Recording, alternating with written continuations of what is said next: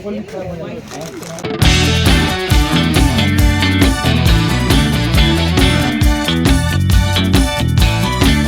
Everyone and merry merry Christmas সবাইকে। তো আজ হচ্ছে 25 ডিসেম্বর, যীশু খ্রিস্টের জন্মদিন।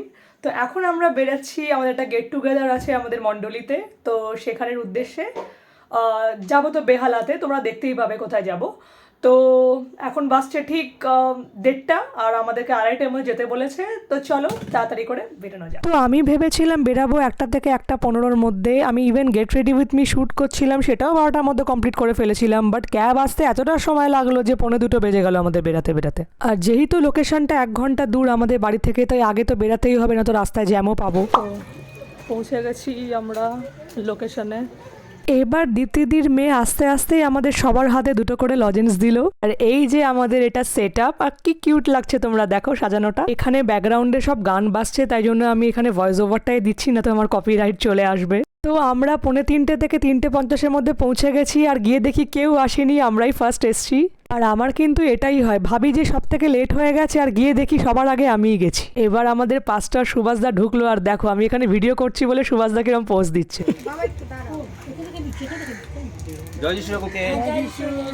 তারপর অনিন্দিতা দিয়েও চলে এলো।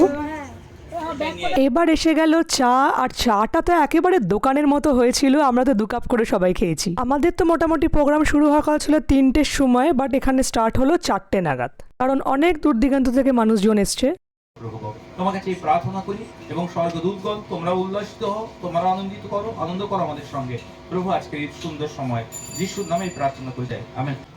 ঈশ্বর অসম্ভবকে সম্ভবে পরিণত করেন। ঈশ্বরের কাছে কোনো কিছু অসম্ভব নয়। এক ব্যক্তি সে খুব সুন্দর ভাঙাচোরা জিনিসকে সুন্দরভাবে সাজিয়ে নতুন ভাবে তৈরি করতে পারে। বিখ্যাত তার নাম। তো একটি বাচ্চা তার কোনো একটা খেলনা ভেঙে গেছে, এমন ভাবে টুকরো টুকরো হয়ে গেছে, সেটাকে জোড়া করানো সম্ভব নয়। কিন্তু ওই কাকুর কাছে সে নিয়ে গেছে। যখন নিয়ে গেছে, সেই খেলনাটাকে সে এমন ভাবে সাজিয়েছে, বাচ্চাটা সে অবাক হয়ে গেছে, বলছে কাকু আপনি বুঝতেই পারছি না, যেটা ভেঙে গেছিল এত সুন্দর হয়ে গেছে, আগের থেকেও সুন্দর লাগছে। কাকু বলে এটাই হচ্ছে আমার কাজ, যেটা অন্যরা করতে পারে না আমি সেটা করতে পারি। আমাদের ঈশ্বর হচ্ছে তদ্রূপ। আমাদের জীবনে ভেঙে যাওয়া জীবনকে তিনি গঠন করেন, তিনি সাজিয়ে তোলেন, এমন ভাবে সাজিয়ে তোলেন যেন আমি যে আগে জীবনযাপন করতাম, যখন ঈশ্বরের কাছ থেকে যে জীবনটা লাভ করি, ঈশ্বর যে আমার জীবনকে সাজিয়ে তোলে, আমরা যখন অনুভব করতে পারি, তখন ঈশ্বর তোমাকে কোটি কোটি ধন্যবাদ, আমি বুঝতেই পারছি না আমি সেই ব্যক্তি, তুমি এত পরিবর্তন আমাকে করেছো। ঈশ্বর হচ্ছে সেই অসম্ভবকে সম্ভবে পরিণত করেন।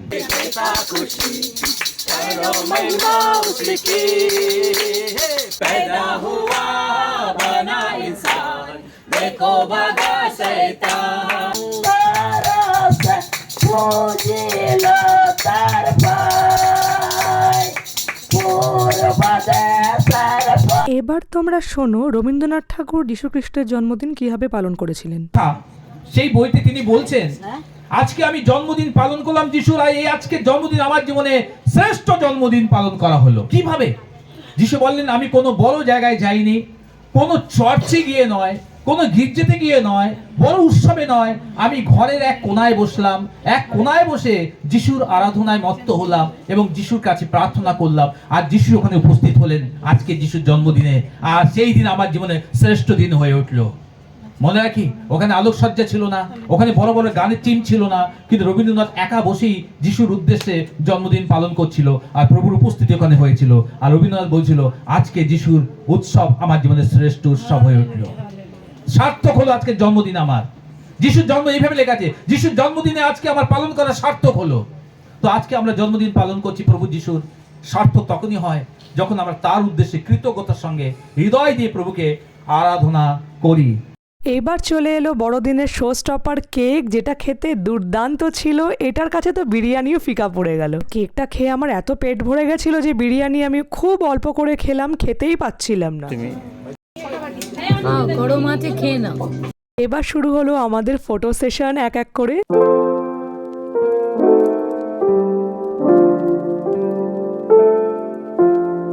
এইবার খাওয়া দাওয়া আর ফটো সেশনের পর শুরু হলো আমাদের ডান্স, আর আমরা তো মন খুলে ঈশ্বরের গানে নেচেছি। বাট আমার ভীষণ কষ্ট হচ্ছে যে আমি গানগুলো এখানে দিতে পারছি না।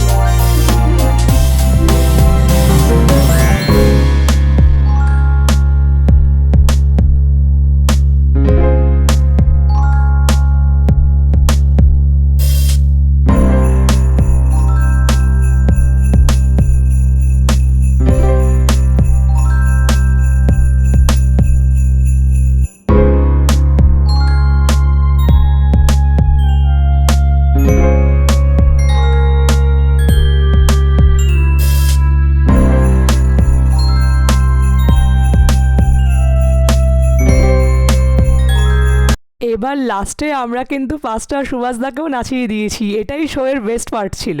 সুভাষদা কিছুতেই নাচতে চাইছিল না, বাট সুজিত ঠিক হাত ধরে সুভাষদাকে নাচিয়ে দিল।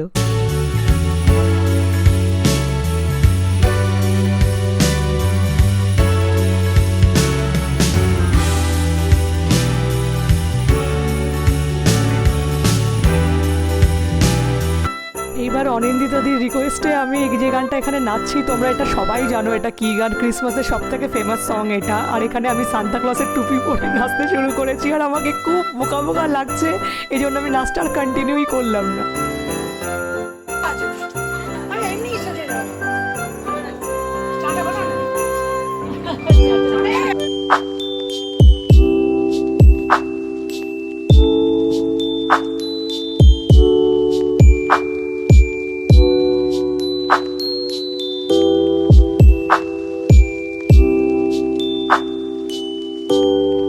আমাদের ক্রিসমাসটা এবছর কাটলো দারুণ দারুণ দারুণ, খুব মজা করেছি আমরা ঈশ্বরের নামে। আর এই দিনটা কিন্তু আমাদের মেমোরেবল হয়ে থাকবে, আর আশা করি তোমরাও অনেক এনজয় করেছো। তো আজকে হচ্ছে 28 ডিসেম্বর, আর আমি আর শুভ্রা আমাদের মাদেরকে নিয়ে যাব পার্ক স্ট্রিট থেকে বো ব্যারাক, আর সেটাই এখন করতে যাচ্ছি। ওদেরকে আগে তুলবো, আর তোমাদেরকে তো বলেইছি যে শুভ্রা ফ্ল্যাট আমাদের পাড়াতেই, তো শুভ্রাদেরকে উঠিয়ে এবার আমরা যাচ্ছি পার্ক স্ট্রিটের দিকে।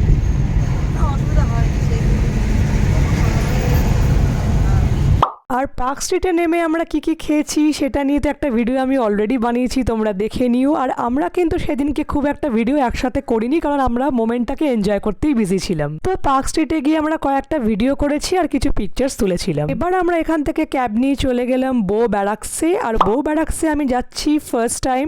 আমার কিন্তু এই পাড়াটা বেশ ভালো লেগেছে, একদম ওল্ড কলকাতা, আর এটার মধ্যে কিন্তু একটা ভাইব আছে।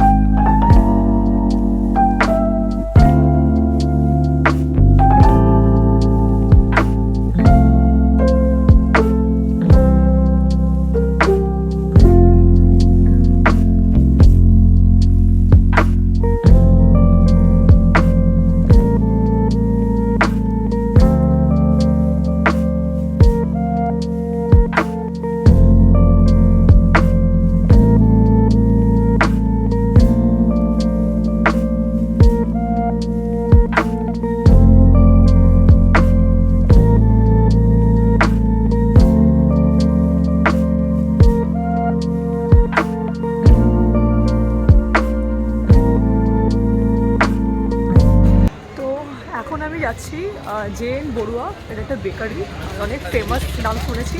তো ওখান থেকে এখন কেক কিনবো।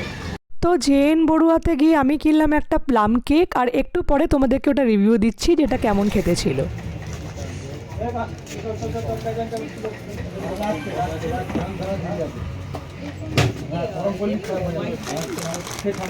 তো এবার আমরা যাচ্ছি বাড়ি, কারণ শুভ্রার শরীরটা খুব একটা ভাল লাগছিল না, প্লাস ওর অনেক সকালে কালকে ট্রেন আছে। কিন্তু আমরা অনেক অনেক মজা করেছি, হয়তো ভিডিও সেভাবে করতে পারিনি, বাট মজা কিন্তু দারুণ করেছি।